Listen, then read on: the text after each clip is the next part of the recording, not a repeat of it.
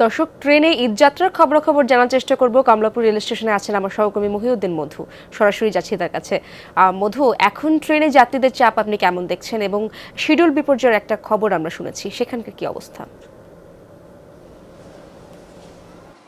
এরশাদ, schedule বিপর্যয়ে যেটি খবর শুনেছেন সেটি হচ্ছে রাজশাহীর সিল্ক সিটি, অর্থাৎ যেটি 2টা 45 মিনিটে ছেড়ে যাওয়ার কথা কমলাপুর রেল স্টেশন থেকে, কিন্তু সেটি শিডিউল বিপর্যয়ের কারণে বলা হচ্ছে যে 6টা 45-এর পরবর্তী সময়ে ছাড়বে, অর্থাৎ 7টার আগে ছাড়ার সুযোগ কম। আপনি দেখতে পাচ্ছেন যে এই মুহূর্তে যারা অপেক্ষায় আছেন, বসে আছেন প্ল্যাটফর্মে, তারা প্রত্যেকের হচ্ছে রাজশাহীর সিল্ক সিটির যাত্রী, এবং এদের যে বক্তব্য সেটি হচ্ছে তাদের যে শিডিউলটি বিপর্যয় হয়েছে, রাজশাহী থেকে ট্রেনটি ছিঁড়ে আসেনি, এটি যদি আরও আগে জানানো হতো তাহলে হয়তো 4 ঘন্টা পর বা 5 ঘন্টা পর তারা এই স্টেশনে আসতেন বা প্ল্যাটফর্মে আসতেন। কিন্তু এখন এই যে গরমে নাভিশ্বাস অবস্থা, অর্থাৎ শিশু কিশোরদের নিয়ে যারা যাচ্ছেন, ঈদের যে আনন্দ, অর্থাৎ 7টায় যদি ট্রেনটি ছেড়েও যায় তাহলে সেটি পৌঁছাতে যে সময়, সেটি আগামীকাল, অর্থাৎ কালকে যেহেতু কুরবানি আছে, ঈদ যেহেতু আর দোরগোড়ায় চলে আসছে, সুতরাং এই যে একটা ঝামেলার ঝক্কির মধ্যে তারা পড়বেন, সেটি নিয়ে কিন্তু তারা বেশ হতাশাগ্রস্ত এবং তারা খুব ক্ষুব্ধ হয়ে বলেছেন, অর্থাৎ রেল যদি এই কর্তৃপক্ষ যদি আগে তাদেরকে জানাতো তাহলে হয়তো সেই প্রস্তুতি থাকতে পারতো।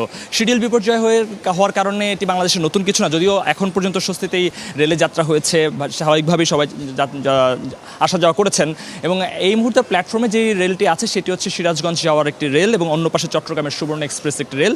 দুটি রেল এই মুহূর্তে প্ল্যাটফর্মে আছে, 4:30 একটি ছেড়ে যাবে, আরেকটি 4টা 45-এ ছেড়ে যাবে।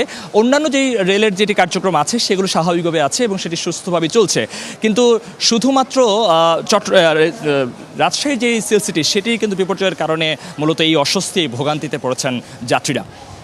আপনাকে অনেক ধন্যবাদ।